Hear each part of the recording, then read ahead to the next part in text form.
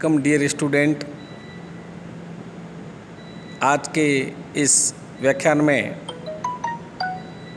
अपन चर्चा करेंगे बीकॉम तृतीय वर्ष के पेपर सेकेंड वित्तीय प्रबंध के बारे में।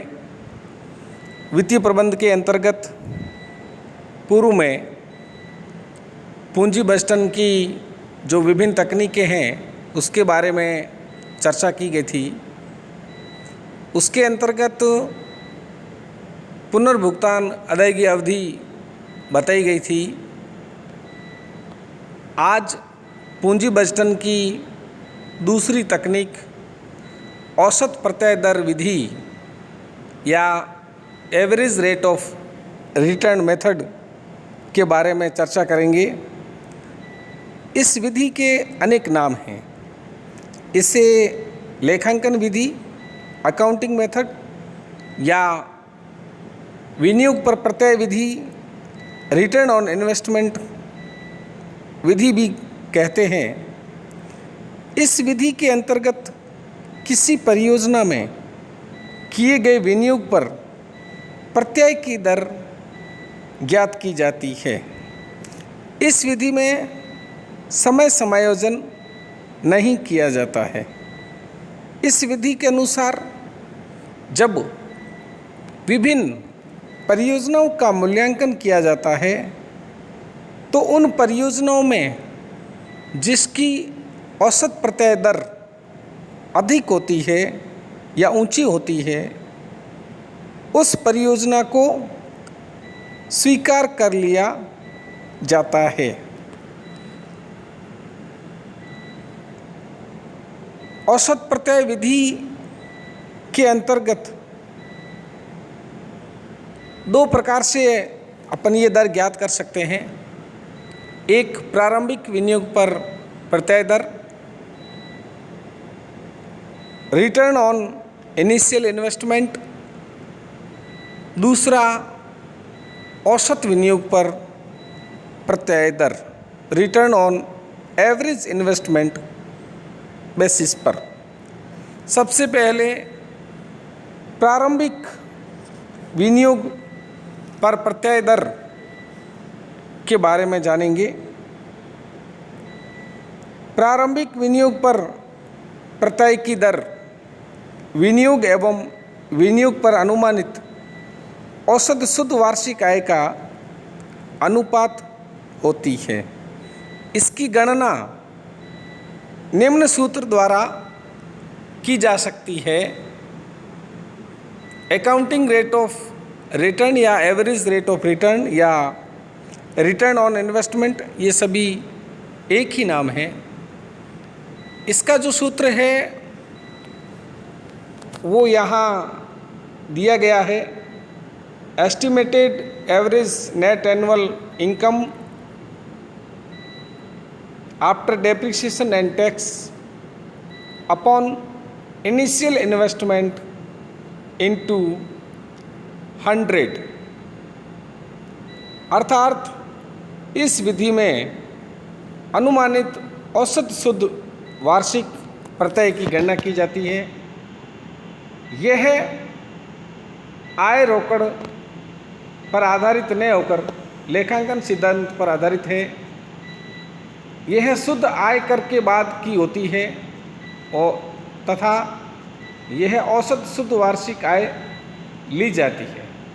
अतः परियोजना के जीवन काल में प्राप्त कर बाद की समस्त शुद्ध आय में परियोजना के जीवन काल का भाग देकर औसत वार्षिक शुद्ध आय ज्ञात कर ली जाती है।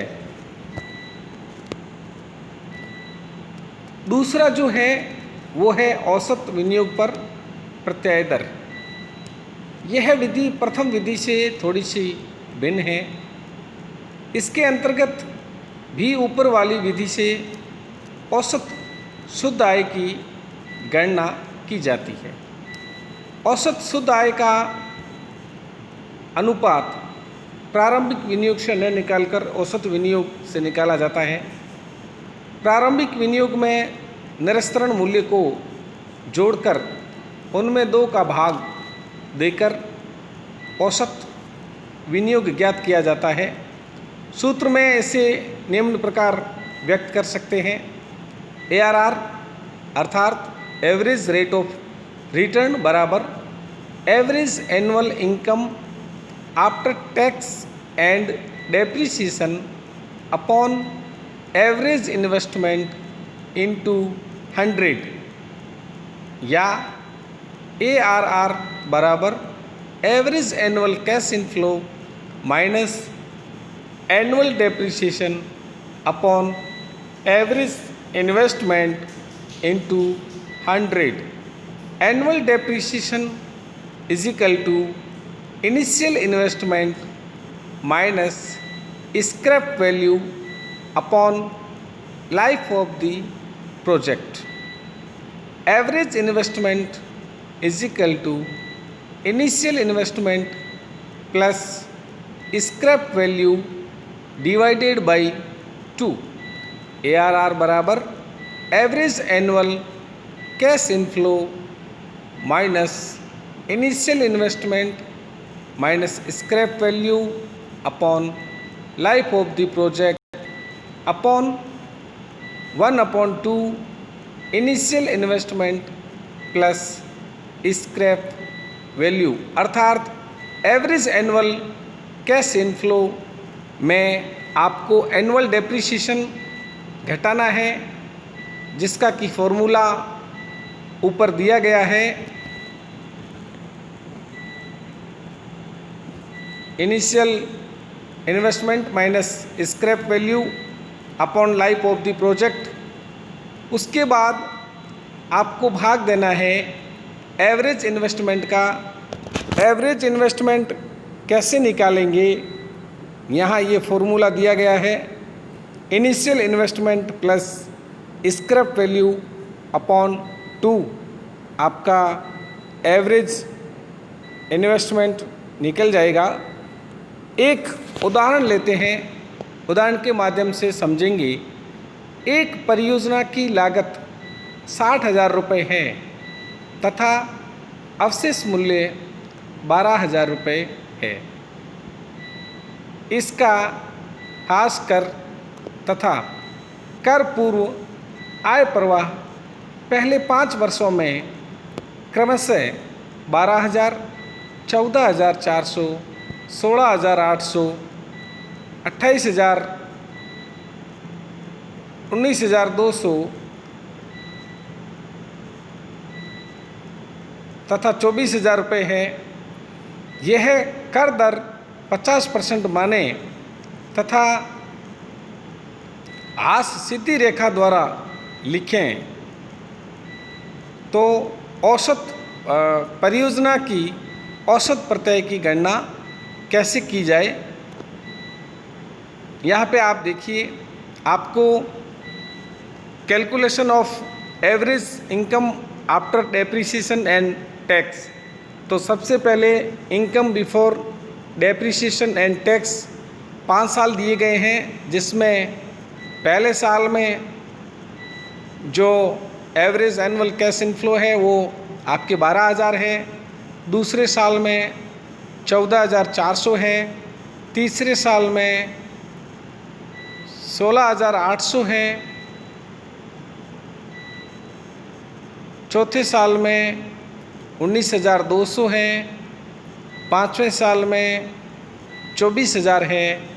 टोटल आपके 5 सालों का कैश इनफ्लो हो गया 86,400।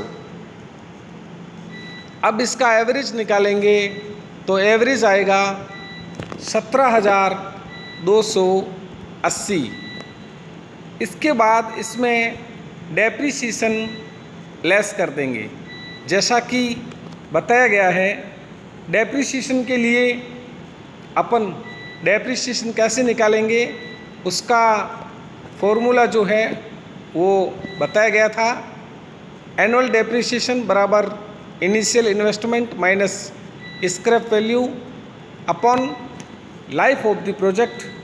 इसके माध्यम से एनुअल डेप्रिसिएशन पहले साल का 9,600, 9,600, 9,600 अर्थात प्रति वर्ष 9,600 का एनुअल डेप्रिसिएशन है। एनुअल डेप्रिसिएशन में आप देखिए कि 60,000 रुपये इनिशियल इन्वेस्टमेंट है और 12,000 का स्क्रैप वैल्यू है। तो एनुअल डेप्रिसिएशन बराबर initial investment minus scrap value less हो जाएगा 48,000 और उसमें 5 का भाग दोगे क्योंकि 5 वर्षों का ये है, तो 9,600 रुपये आपके एनुअल डेप्रिसिएशन आएगा, जो first year, second year, third year, fourth year और फिफ्थ ईयर के लिए होगा। टोटल 48,000 रुपये है और एवरेज भी 5 साल का 9,600, ये आपका डेप्रिसिएशन आ गया। अब आगे देखेंगे कि नेट इनकम बिफोर टैक्स अर्थात एवरेज एनुअल कैश इनफ्लो में एनुअल डेप्रिसिएशन घटाने के बाद नेट इनकम बिफोर टैक्स 2,400, 4,800, 7,200, 9,600, 14,400, 38,400 और एवरेज 7,680 रुपये। अब इसमें से लेस करेंगे टैक्स एट द रेट 50%। जैसा कि प्रश्न में दिया गया है कर की दर 50% है, तो 50% को आधार मानते हुए आप टैक्स लेस कर देंगे। 50% टैक्स का इसमें बताया है 1,200 रुपये, 2,400, 3,600, 4,800, 7,200, 19,200, एवरेज 3,840 रुपये 5 सालों का टैक्स है। तो नेट इनकम आफ्टर टैक्स जो है वो पहले वर्ष से 1,200, दूसरे वर्ष से 2,400, तीसरे वर्ष से 3,600, चौथे वर्ष से 4,800, पाँचवें वर्ष से 7,200, टोटल 19,200 और 5 साल का एवरेज हो गया 3,840। अब अपन मूल जो फॉर्मूला है उस पे आएंगे। ARR on average investment, ARR बराबर average annual income after tax and depreciation upon average investment into 100। Average investment के तौर पे आप देखिए कि average annual income after tax and depreciation अपना आ गया है 3,840, 3,840 अपॉन 36,000। 36,000 एवरेज इन्वेस्टमेंट जैसा आपको बताया गया है, ये initial investment plus scrap value upon 2। Initial investment है 60,000 का प्लस स्क्रैप वैल्यू 12,000 रुपये, 72,000 रुपये divided by 2 is equal to 36,000 या 36,000 रुपये। एवरेज इन्वेस्टमेंट यहाँ बताया गया है इंटू 100 तो 6.40% ये आपके ARR ऑन इनिशियल इन्वेस्टमेंट यहाँ पे ये 3,840 अपॉन ये ARR ऑन एवरेज इन्वेस्टमेंट यहाँ पे 10.67% है और ARR ऑन इनिशियल इन्वेस्टमेंट आपके 6.40% है। ये उपरोक्त दोनों विधियों से इसकी गणना की गई है। Thank you so much.